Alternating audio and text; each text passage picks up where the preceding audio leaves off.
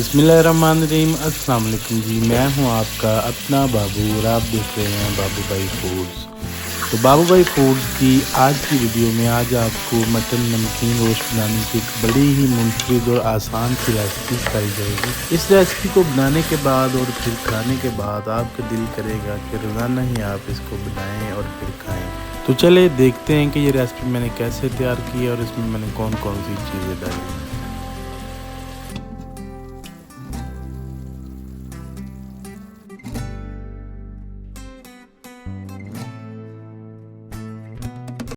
बिस्मिल्लाहिर्रहमानिर्रहीम। तो सबसे पहले जी मैंने इधर मटन लिया है मिक्स, इसमें चांपे भी हैं और बैक चॉप जिसे बोलते हैं, अक्सर हम इसे पुट भी बोलते हैं। तकरीबन 700 ग्राम के करीब मेरे पास मटन है। बड़ी बड़ी बोटियां मैंने इसकी बनवा ली थी। वैसे तो नमकीन रोस्ट कोयले पे बनाया जाता है, बिल्कुल मीठी आग पर, लेकिन हम इसको प्रेशर कुकर में बनाएंगे इंशाल्लाह ताला। जल्दी और क्विक बनेगा और मज़े का बनेगा। तो ये बोटियों का साइज़ देख लें आप। ये चांपे जो ये भी मैंने दो करवाई हैं कटी, और ये आगे पुट का गोश्त। इसके अभी साइज़ बोटी का तकरीबन 50 से 60 ग्राम के करीब है, ज़्यादा ही होगा, इससे कम नहीं होगा।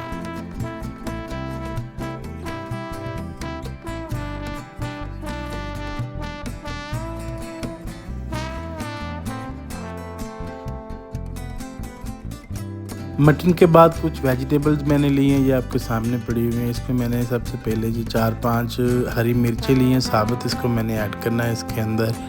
इसके बाद इसके अंदर मैंने प्याज ऐड करना है, हाफ से थोड़ा सा कम मैंने लिया था। इसको बिल्कुल बारीक स्लाइसेस में कट कर लिया। उसके बाद थोड़ी सी अदरक को जूलियन कट कर लिया और 4 मेरे पास जवे लहसुन के हैं। 3 मेरे पास लेमन है बिल्कुल छोटे साइज़ के, और ये 2 से 3 मैंने आलू लिए बिल्कुल छोटे साइज़ के लेने हैं अपने।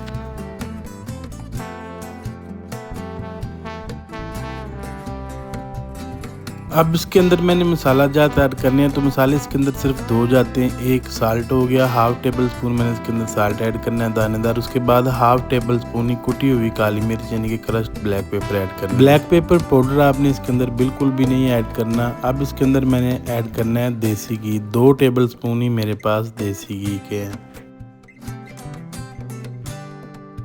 जैसा कि मैंने आपको पहले बताया था कि इस रेसिपी को हम प्रेशर कुकर में बनाएंगे, तो प्रेशर कुकर मैंने ले लिया है। इसके अंदर मैंने अब देसी घी ऐड कर देना है। अच्छा, ये ज़रूरी नहीं है कि आपने इसके अंदर देसी घी ही ऐड करना है, आप इसके अंदर डालडा घी का भी इस्तेमाल कर सकते हैं। तो जैसे ही घी मेल्ट होगा तो इसके अंदर हमने जो मटन रखा हुआ था अच्छी तरह से वॉश करके उसको इसके अंदर ऐड कर देना है।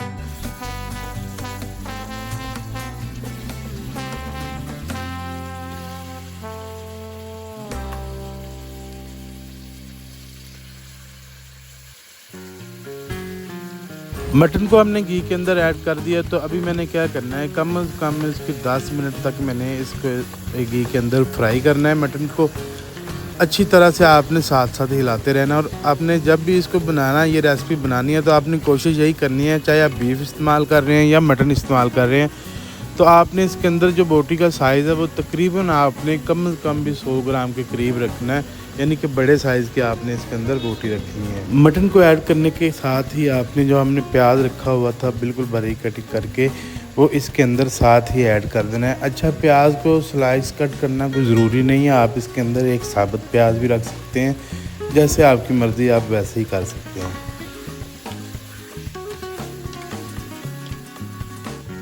तो प्याज ऐड करने के बाद आपने इसको तकरीबन 2 से 3 मिनट के लिए अच्छी तरह से हिलाते रहना है, ताकि जो हमारा मटन है वो हर तरफ से इसका कलर चेंज हो जाए और एक अच्छी सी खुशबू आना स्टार्ट हो जाए।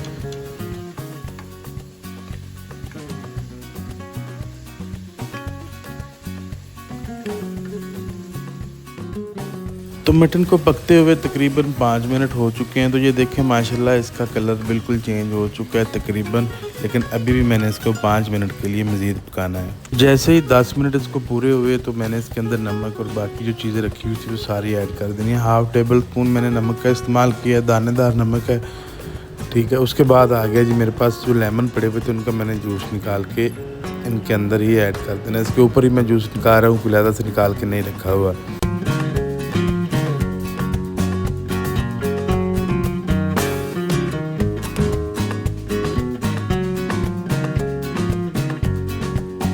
जी, तो लेमन जूस ऐड करने के बाद अब इसके अंदर मैंने काली मिर्च कुटी हुई यानी कि ब्लैक पेपर जो मैंने हाफ़ टेबल स्पून रखा हुआ था वो ऐड कर देना है और एक दफ़ा इसको मैंने हिला देना है। हिलाने के बाद इसके अंदर जो मैंने वेजिटेबल रखी हुई थी वो ऐड करनी है।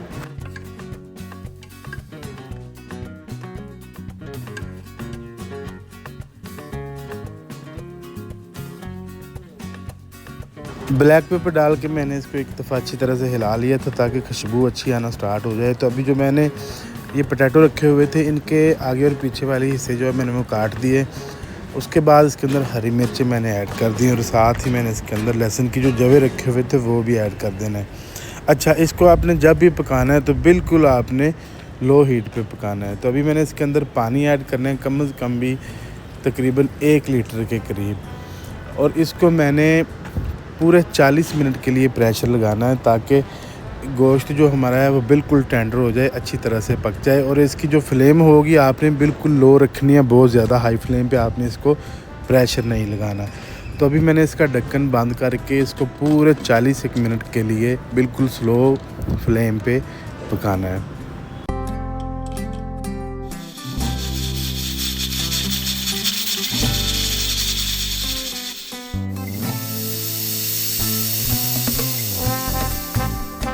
तो माशाल्लाह 40 मिनट इसकी जो सीटी होती है वो चलाने के बाद अब ये देखें कितना प्यारा हमारा नमकीन रोश रेडी हो गया अल्हम्दुलिल्लाह।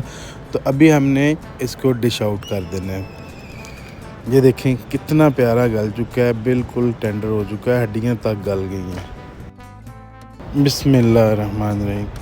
तो अल्हम्दुलिल्लाह आज की रेसिपी हमारी कंप्लीट हो चुकी है। उम्मीद करता हूँ कि आपको बहुत ज़्यादा पसंद आएगी। अगर ये मेरी रेसिपी आपको पसंद आए तो आपने सबसे पहले मेरे लिए दुआ ज़रूर करनी है, फिर मेरे चैनल को आपने सब्सक्राइब करना है, लाइक करना और इसको ज़्यादा से ज़्यादा शेयर करना है। तो मिलेंगे इंशाल्लाह ताला नेक्स्ट वीडियो में किसी नई रेसिपी के साथ। तब तक के लिए अपना और अपने प्यारों का बहुत सारा ख्याल रखिएगा। मुझे दे इजाज़त। अल्लाह निगहबान।